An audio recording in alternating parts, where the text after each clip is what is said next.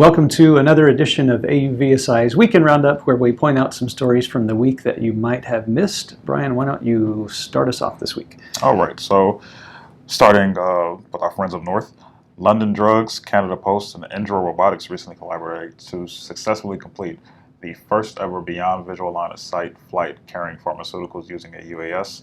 The UAS flew 6 kilometers in 11 minutes over the Pacific Ocean from London Drugs to the country grocer and to customers on Salt Spring Island. So a lot of exciting news with evoOS in Canada.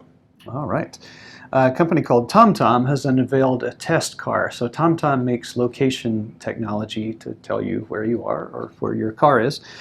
So they wanted their own car to test their mapping technology, and it comes with 8 laser scanners, stereo cameras, and 6 radars. So if it gets lost, I don't know who to blame. Next for me, a Chinese transportation company has announced plans to launch a self-driving car pilot in Shanghai.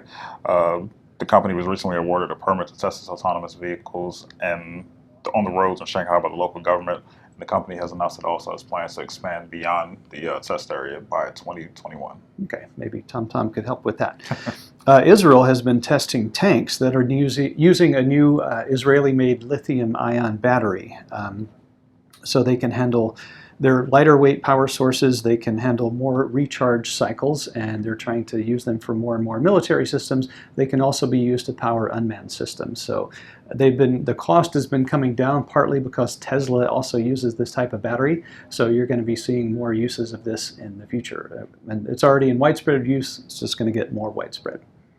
Final item for me, some news from the next generation of innovators. An all-girls school in South Carolina has announced that its unmanned ocean sailing vessel has successfully made it across the Atlantic Ocean. Known as the Spirit of Ashley Hall, the name of the school is Ashley Hall. It's an all-girls school. The vessel spent 118 days at sea before landing on White Island, which is near the southwest English coastline.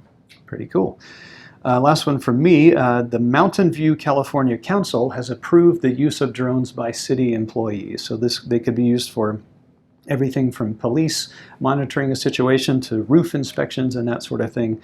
The police had actually led the push to have the council approve this use, and Mountain View, you may have heard of, is home to a little company called Google and a bunch of other high-tech companies. So this is where the technology is coming from, and now they can use it locally. So that's what we have for you this week, and we will see you next week.